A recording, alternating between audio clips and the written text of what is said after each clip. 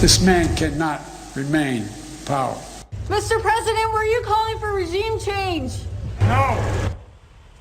President Biden in the White House in damage control mode, frantically walking back that comment he made about Putin's regime. But our next guest warns the damage is already done. Arizona GOP Congressman Andy Biggs joins us now. Good morning, Congressman. Good morning, Ainsley. Good morning. We've seen a lot of, when it comes to the recent happenings in Russia, Ukraine, we've seen some gaffes. The minor incursion, the sanctions, not meant to deter, and now this over the weekend. Putin can't remain in power. Can the White House save face, or is it too late? I think in this instance it's probably too late, because you couple that with the chemical weapons statement that he made and troops on the ground in Ukraine statement that he made. And you know, Ainsley, when you have French President Macron actually chastising Biden's comments regarding Putin and explaining exactly why, that it's going to cause trouble getting a ceasefire and then a withdrawal, then you know that we've probably stepped over the line there with President Biden's comments. I know that a few congressmen, you're one of them, you've written a letter to Christopher Wray with the FBI. They had this FBI internal audit, and it was highly redacted. It found 747 compliance errors, 353 separate cases, and sensitive investigative matters. What are you asking? What does that letter say? Well, we're asking specifically that they unredact the information that they took out, because, as you say, it was heavily redacted.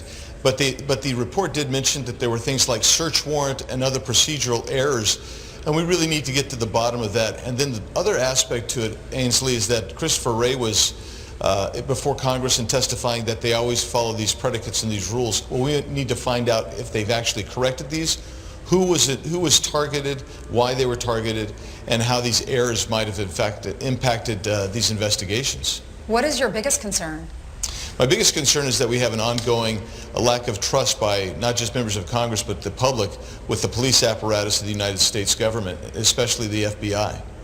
Congressman, they sent us a statement. They said the FBI takes compliance very seriously, especially when it comes to sensitive investigative matters, which is why in 2019 we conducted an internal audit of those matters. While the number of deviations from the FBI approval, notification, and administrative requirements noted in the report is unacceptable, we began implementing important changes in training and awareness, raising awareness even prior to assurance of the report, and we remain committed to ensuring all personnel adhere to our internal investigative and operational guidelines. Is that satisfactory to you?